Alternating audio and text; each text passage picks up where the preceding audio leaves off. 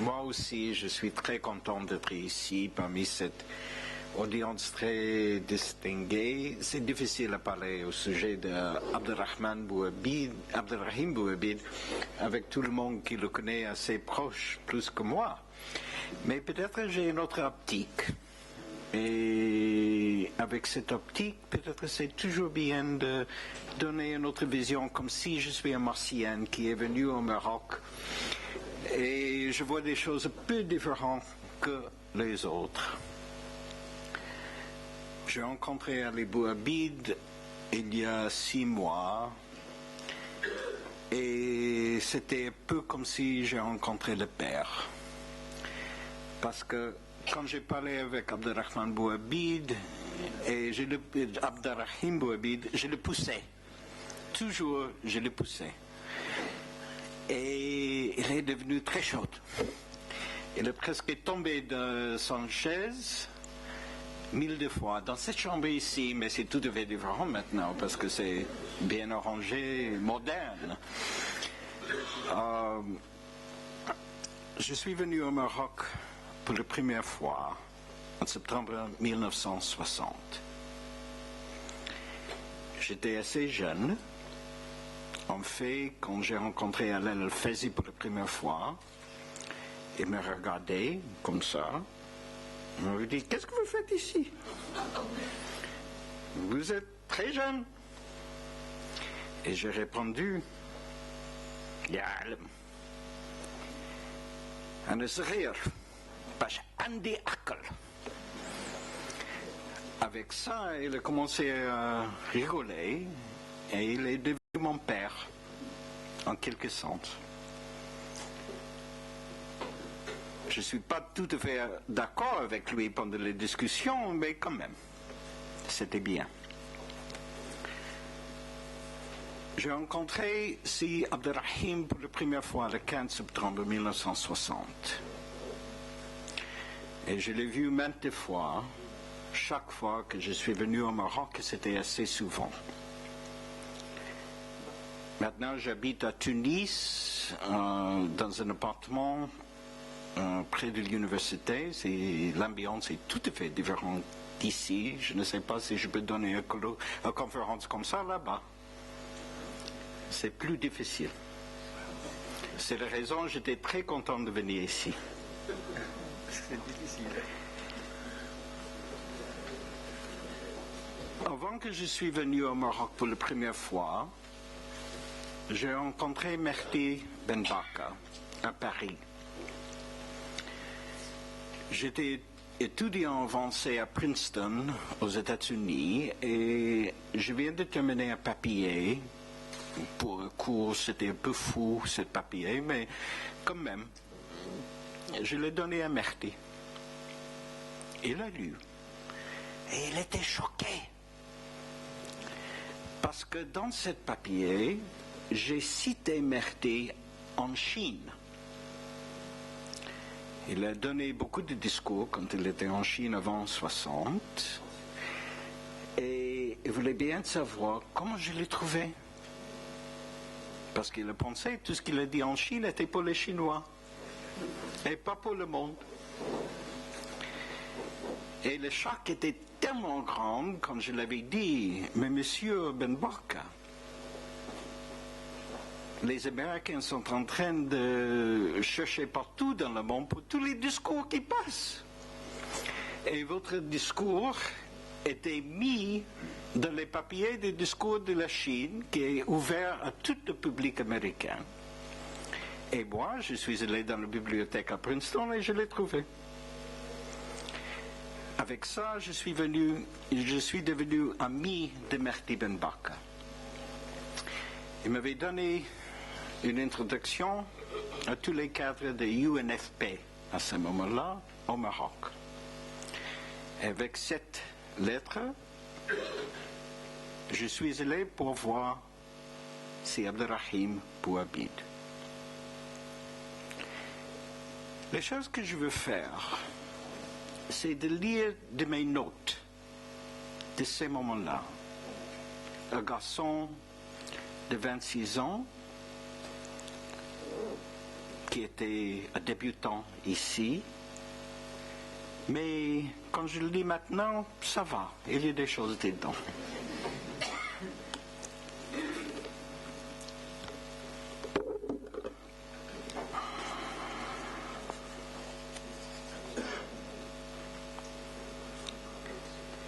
Ok.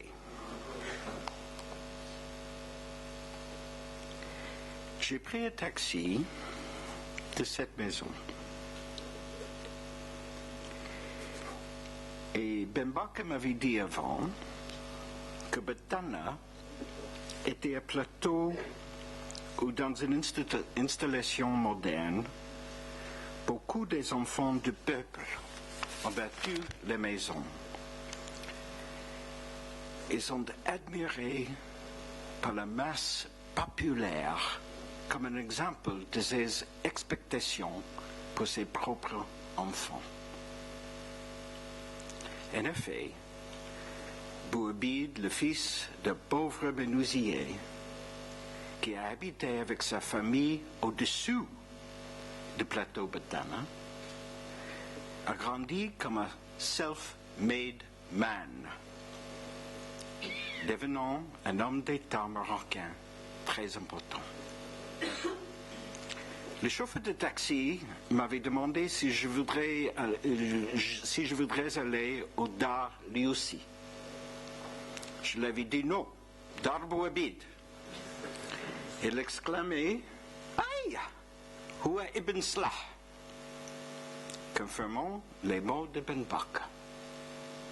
Ça veut dire il est un fils du peuple.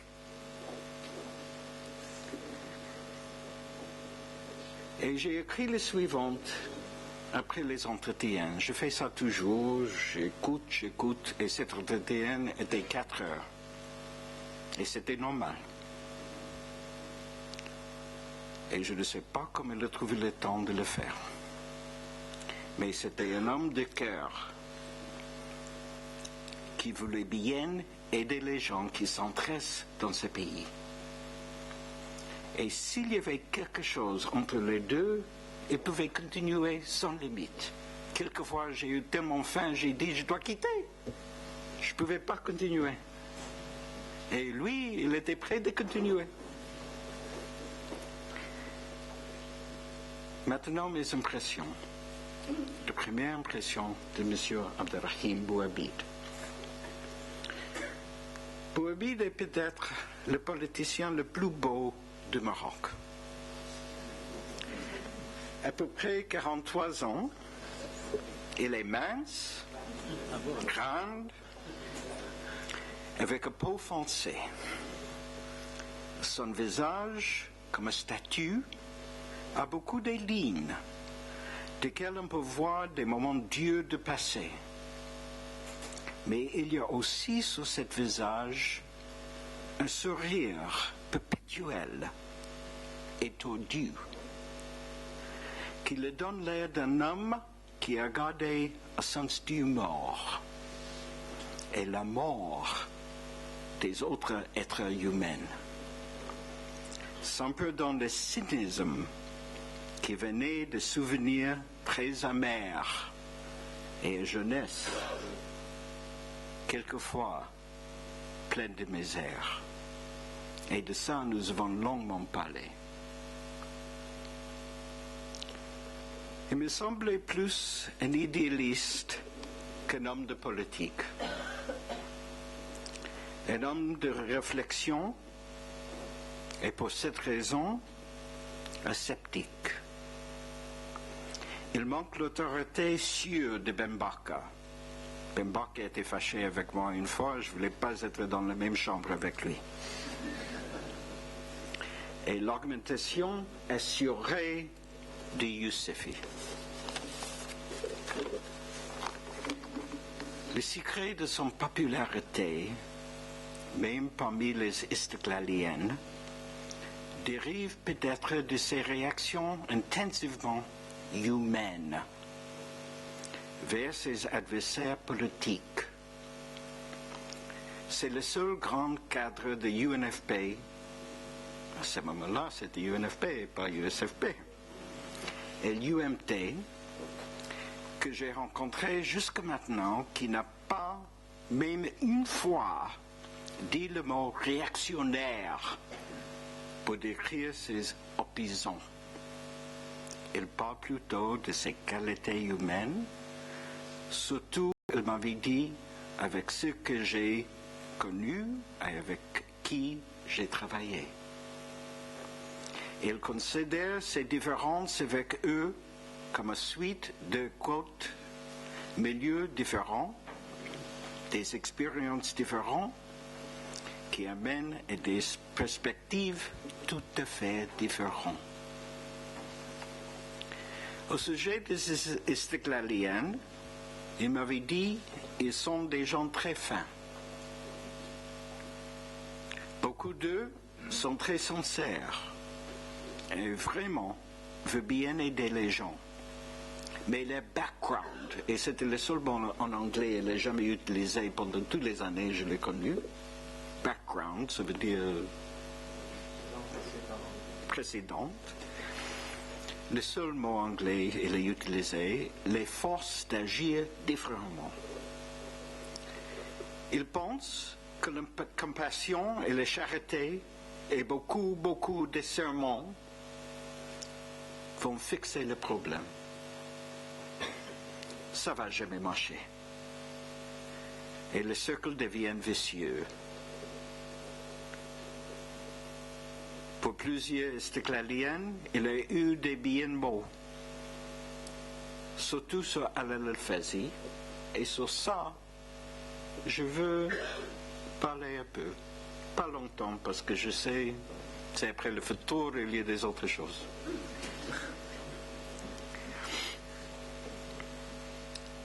Il m'avait demandé si j'ai rencontré Alal El-Fazi. Et il m'avait me poussait de voir la ligne. Il m'avait dit, il est un homme d'un grand intérêt humain. Il a continué. Alal a beaucoup lu, et il a lu encore beaucoup, malgré que son capacité d'absorber des idées nouvelles sont limitées. Dans beaucoup de sens, Bouabid a continué, il est le meilleur représentatif des anciennes Istiklaliennes ici au Maroc, qui étaient formés à l'aube du développement du nationalisme marocain. C'étaient les hommes qui sont grandis sur la littérature islamique et la traduction des ouvrages européens en arabe. Et il m'avait dit, Bouabid, il faut se souvenir que les ouvrages de l'Ouest sont transformés quand on les traduit en arabe. Cette éducation les ont attachés au passé et aussi les ont introduisait à l'organisation moderne et des concepts de l'Ouest. La tradition familiale d'Alal, il a continué, et la couche féudale et aristocratique, lequel a produit les ulémas, les qadis et les administrateurs de Marsin, a qualifié Alal admirablement pour une carrière comme prédicteur de nationalisme. Surtout nationalisme islamique. Dans le sens qu'il a incarné la force et la faiblesse de son classe et le groupement des gens des milieux, de son milieu, il était destiné à devenir le leader le plus important. Le secret de son succès était aussi qu'il a fait beaucoup de sacrifices et au moment que le mouvement nationaliste est devenu fort et a entré dans son stage critique, il était à l'exil. Et pour ça, une sorte de mystère et complexe de matière est développé autour de lui. Cet héros, avec le roi Mohamed El-Khamis, sont devenus les points de ralliement pour les nationalistes ici au Maroc. On n'est jamais sûr de les idées profondes d'Alal. Mais avec ses contradictions, par ses luttes avec ses adversaires, il a eu la capacité d'absorber les idées de ses opposants. À le commencement du mouvement nationaliste, Alal Belafrage aussi étaient plutôt des prédicateurs. Ils n'ont jamais imaginé qu'ils peuvent réaliser l'indépendance du Maroc.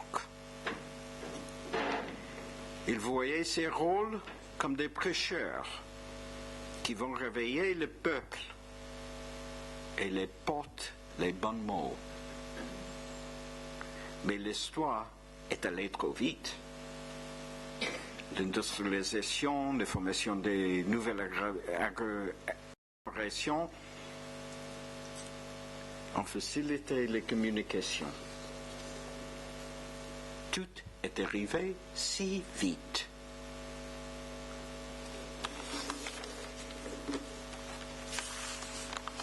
Les héros étaient Mohamed Abdou et Cheikh Aslan. Tous les deux des mystiques. À un moment donné, moi aussi, j'ai pensé qu'Aslan était un grand héros, un homme cultivé. Mais plus tard, j'ai compris qu'il était superficiel. Bien sûr, il était sympathique, amiable, mais ils ne peuvent pas organiser un mouvement pour transformer la réalité. Et pour Boabid, c'était la chose la plus importante. C'était le principal. Avec toutes ces fautes et contradictions,